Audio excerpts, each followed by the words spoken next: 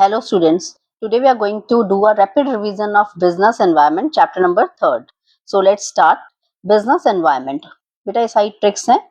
तो हमने देखा बिजनेस एनवायरनमेंट क्या है. Business environment means the sum total of all individual institutions other forces that are outside the control of business enterprise but that may affects its performance. आपको पता है कि या तो इंटरनल फैक्टर होते हैं या एक्सटर्नल फैक्टर. एक्सटर्नल फैक्टर्स हमारे जो होते हैं कंट्रोल में नहीं होते हैं, जो गवर्नमेंट की पॉलिसीज हैं वो. तो business environment is the aggregate of all conditions, events and influences that surround and effect a business. तो वो सब बिजनेस एनवायरनमेंट में आता है. डायमेंशंस जो होती हैं उसके अंदर आपका economic, social, technological, political and legal आता है. डीमोनेटाइजेशन बेटा हमारे पास क्या है, एक ऐसी चीज, एक ऐसा एक्ट जिसमें हमारी जो करेंसी थी वो लीगल टेंडर मनी का स्टेटस जिस दिन से डीमोनेटाइज हुआ था 8th ऑफ नवंबर. ठीक है, तो जब नरेंद्र मोदी जी ने बोला था तो तब से हमने क्या किया कि वो हमारी लीगल टेंडर मनी नहीं थी, तो उसी दिन से वो हमारी इकोनॉमी के अंदर नहीं मानी गई है. ठीक है, आप क्लू वर्ड्स देखिए. Sum total of all individual आपको दिखे, ये एनसीईआरटी की वर्डिंग है. Institutions and other forces that are outside the control but they may affect its performance. क्या बोलोगे? Business environment. exert a direct and immediate influence on the working of business firm. जो भी हमारे से connected parties होती हैं तो वो स्पेसिफिक फोर्सेस होंगे बेटा. अगर वो हमें इन्फ्लुएंस कर रहा है, कब डायरेक्टली कर रहा है, अगर इनडायरेक्ट इन्फ्लुएंस कर रहा है हमको कोई भी डायमेंशन, तो वो जनरल फोर्सेस हैं. ये क्लूज हैं बेटा, आपको बहुत अच्छे से पता होना चाहिए. ठीक है, अब यहाँ पर फीचर्स क्या है. इकोनॉमिक सिस्टम में क्या होगा, रिसोर्सेज अवेलेबल होंगे, ह्यूमन रिसोर्सेज होंगे, हमारे पास balance of payment per capita income, national disposable income, ये सब कुछ है. Size and growth rate, nature of people, ये सब फीचर्स है बिजनेस एनवायरनमेंट के. साइंटिफिक इंप्रूवमेंट्स होती हैं, हमारा प्रोडक्शन जो है, टेक्निक्स, इसके अंदर इंप्रूवमेंट हो रही है. जो हमारे पास यहाँ पर सोसाइटी को इफेक्ट कर रही हैं चीजें वो हैं. वेरियस लॉज बने हुए हैं जो कि गवर्नमेंट ने इश्यू करे हैं, तो हमें इन सब बातों का ध्यान रखना होता है. क्या रिस्ट्रिक्शंस हैं, क्या हमें ग्रांट्स मिल रही हैं. ठीक है, इंटीग्रेट करके चलना सभी चीजों को. करेंसी मार्केट में कैसे चल रही है, कहीं वो हमारी जो है लैप्स तो नहीं हो रही है. तो ये सब बातें हमारे को इफेक्ट करती है बेटा. अब अगर वो कह रहा है कि इकोनॉमिक एनवायरनमेंट क्या, अब ये बहुत इंपॉर्टेंट क्लूज हैं, केस स्टडीज में भी आपको हेल्प करते हैं. इकोनॉमिक एनवायरनमेंट तो ये कब होगा बेटा, जितने भी मैक्रो के चैप्टर्स है ना हमारे, जैसे लेवल ऑफ इकोनॉमिक डेवलपमेंट हो गया हमारा. ठीक है, income, employment, inflation, balance of payment, GDP, GNP, rate of saving investment. तो जहां भी आपको लगे कि आपका मैक्रो से रिलेटेड चैप्टर है वो आपका इकोनॉमिक एनवायरनमेंट होता है. अगर वो सोशल एनवायरनमेंट की बात करता है तो उसके कंपोनेंट्स क्या होते हैं, size, growth rate, composition of population, expectancy of people, literacy rate, values, belief, custom, tradition. बेटा ये बहुत इंपॉर्टेंट पॉइंट है, क्योंकि आपको एटलीस्ट उसके सारे कंपोनेंट्स पता होंगे तो ही आप करेक्ट आंसर दे सकते हैं. तो आपको ये कंपोनेंट्स प्लीज इसको लर्न जरूर कर लेना. टेक्नोलॉजी है, ये सबसे इजी होता है. कोई भी इंप्रूवमेंट, कोई भी इनोवेशन आ रही है तो उसको लेंगे. पॉलिटिकल में बच्चे आपको ध्यान रखना है कि ये एक पर्टिकुलर चीज से रिलेटेड होता है. ये जो होता है हमारे पास पॉलिटिकल, ये पर्टिकुलर स्टेट से रिलेटेड कोई अगर काम हो रहा है. और जब भी आप पढ़ेंगे पॉलिटिकल एनवायरनमेंट की बात करेंगे तो गवर्नमेंट ही कर रही होती है, लीडर्स ही कर रहे होते हैं, पॉलिसीज हमारी होती हैं. ठीक है, तो उन्हीं पॉलिसीज के अकॉर्डिंगली हमने यहाँ पर इसको करना है. तो एटीट्यूड है गवर्नमेंट का. बट यहाँ पे आप कहीं भी देखेंगे ना बेटा तो वो हमारा स्पेसिफिक होगा, तो वहां पे आपको पॉलिटिकल की बात करनी है. और अगर पूरी कंट्री को इफेक्ट करा है तो फिर इकोनॉमिक होएगा. लीगल के अंदर हमको बात याद रखनी है, कोई भी एक्ट, कोई भी लॉ की अगर बात होगी तो वो लीगल के अंदर ही आएगा. तो प्रॉपर्ली चेक कर लेना, अगर एक्ट वर्ड लिखा होगा तो एक्ट लिखते ही मीन्स वो हमारा लीगल एनवायरनमेंट की बात हो रही है, कोई लॉ बना हुआ है. ठीक है, तो हमें उसको मानना है. अब लिबरलाइजेशन क्या होता है कि हमने सबको फ्रीडम दिया हुआ है. तो फ्रीडम कैसे दिया मैंने यहाँ पर क्या करा गवर्नमेंट ने कि एबॉलिश कर दिया लाइसेंसेस, रिस्ट्रिक्शंस हटा दिया नेसेसरी जो थी, तो लोगों को फ्रीडम मिला. तो हमारे यहाँ पर लिबरलाइजेशन आया 1991 के अंदर आया था न्यू इकोनॉमिक पॉलिसी में. और प्राइवेट सेक्टर का रोल बढ़ गया था. जब प्राइवेट सेक्टर का रोल बढ़ा तो उसको हमने प्राइवेटाइजेशन बोला. और जब हम इंटीग्रेट करते हैं सारी इकोनॉमिक्स को और लार्ज स्केल पे बिजनेस करते हैं through out the all over the world, तो वो ग्लोबलाइजेशन होता है बेटा. डीमोनेटाइजेशन में लीगल टेंडर मनी जो थी उसका स्टेटस स्क्रैप हो गया था. तो अब की कंसेप्ट्स क्या आए हमारे पास, सबसे पहले फीचर्स क्या हैं. फीचर्स के अंदर हमारे पास आया टोटलिटी ऑफ एक्सटर्नल फोर्सेस, क्योंकि हमें एक्सटर्नल फोर्सेस इफेक्ट करते हैं. स्पेसिफिक आपको पता है, जनरल आपको पता है, स्पेसिफिक जो आपको डायरेक्टली इफेक्ट कर रहे होते हैं. ठीक है, और जनरल थे जो हमारे पास इनडायरेक्टली आ रहे हैं जिसपे हमारा कोई कंट्रोल नहीं है. फिर उसके बाद इंटर रिलेटेडनेस होनी चाहिए, सभी एलिमेंट्स आपस में क्या है, इंटर रिलेटेड हैं. डायनेमिक एनवायरनमेंट को तो हमें देखना ही होता है। डायनेमिक एनवायरनमेंट हमारा चेंजिंग एनवायरनमेंट है, टेक्नोलॉजी चेंज हो सकती है, पॉलिसीज बदल सकती हैं, तो अनसर्टेनिटी है ना बेटा, अगर पॉलिसी बदली तो अनसर्टेनिटी है। तो यहाँ पर आपको देखना है फ्यूचर के अंदर क्या प्रिडिक्शन हो रही है।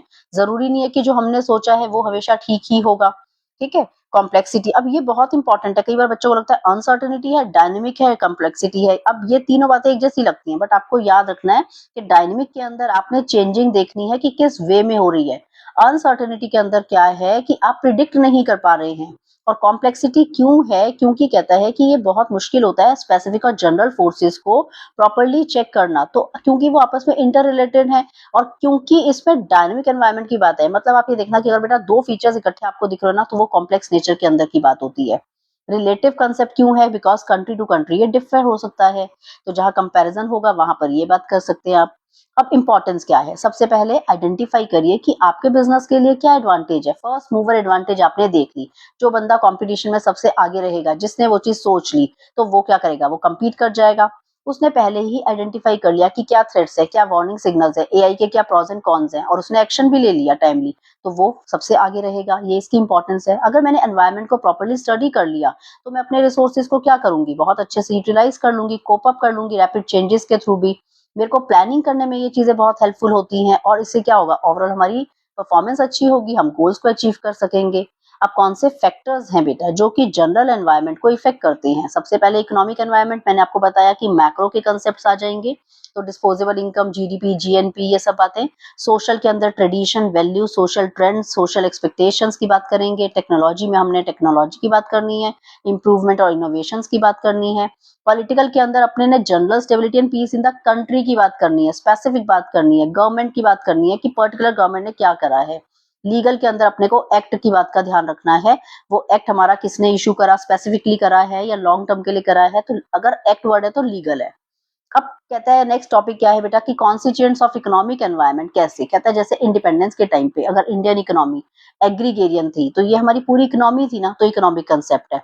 हमारी पॉपुलेशन कैसी है, हमारा प्रोडक्शन का मेथड कैसा है, या हम उस टाइम पे बैकवर्ड थे हमारे पास। अब यहाँ बच्चे को लग रहा है कि due to lack of good public health system, तो कहीं वो सोशल में भी डालने की सोचता है, लेकिन यहाँ चेक करिए कि वो पूरी कंट्री की बात कर रहा है यहाँ पर, कि अवेयरनेस पूरी कंट्री के लिए, तो फिर गवर्नमेंट ने क्या स्टेप्स लिए, तो मीन्स वो इकोनॉमिक की बात करना चाह रहा है।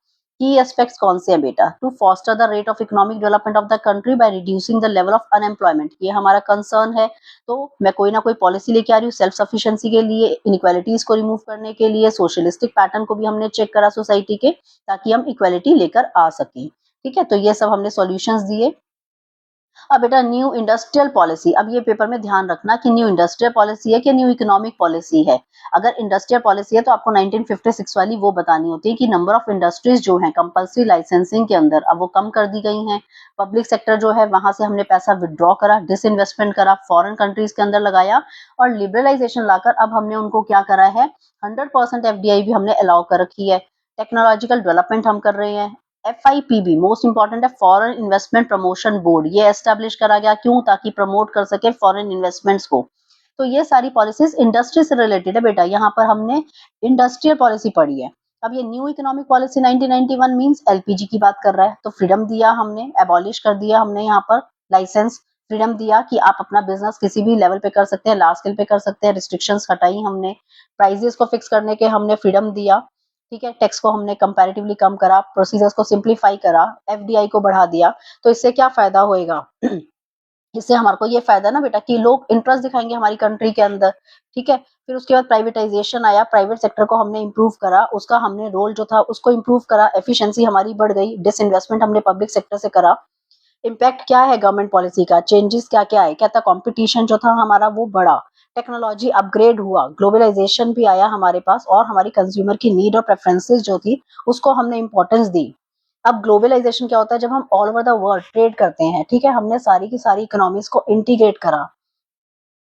बेटा इंपोर्ट को हमने क्या करा, अब हमने इंपोर्ट्स जो थे कम करे, एक्सपोर्ट को हमने प्रमोट करना है, हमारा इंटरेक्शन का लेवल जो था वो बढ़ रहा था, इंटरडिपेंडेंस हमारी अच्छी हो रही थी, तो कंट्रीज के अंदर इकोनॉमी ग्रो कर रही थी। इम्पैक्ट क्या पड़ा इस पॉलिसी का, गवर्नमेंट की पॉलिसी चेंजेस का क्या हुआ, कहता है कि इंडियन फर्म में क्योंकि हमारी इंडस्ट्रियल लाइसेंसेस हटाए थे, हमने जो था फॉरेन फर्म्स के अंदर कंपटीशन भी हम फेस कर रहे थे, हमारी कस्टमर्स की डिमांड, जो कस्टमर हमारी चीजों की डिमांड कर रहे थे क्योंकि अच्छी क्वालिटी मिल रही थी बेटा उनको, तो फायदा हो रहा था, टेक्नोलॉजी हमारी स्ट्रांग हो रही थी, हमारे को चेंज की भी बेटा नेसेसिटी थी, हम मॉडिफाई करना चाहते थे, चेंजेस को कोप अप करना चाहते थे। हमने ह्यूमन रिसोर्सेज को भी कॉम्पिटेंट बनाया, कमिटेड बनाया, मार्केट जो थी हमारी बेटा उसको हमने स्टडी किया कि लोग क्या रिक्वायर कर रहे हैं, उनको क्या, उनकी रिक्वायरमेंट क्या है। Loss of budgetary support to the public sector, हमने पब्लिक सेक्टर को देखा कि वो एफिशिएंट नहीं है, तो हमने वहां से डिसइन्वेस्टमेंट भी करा और अपना पैसा हमने प्राइवेट सेक्टर में लगाया।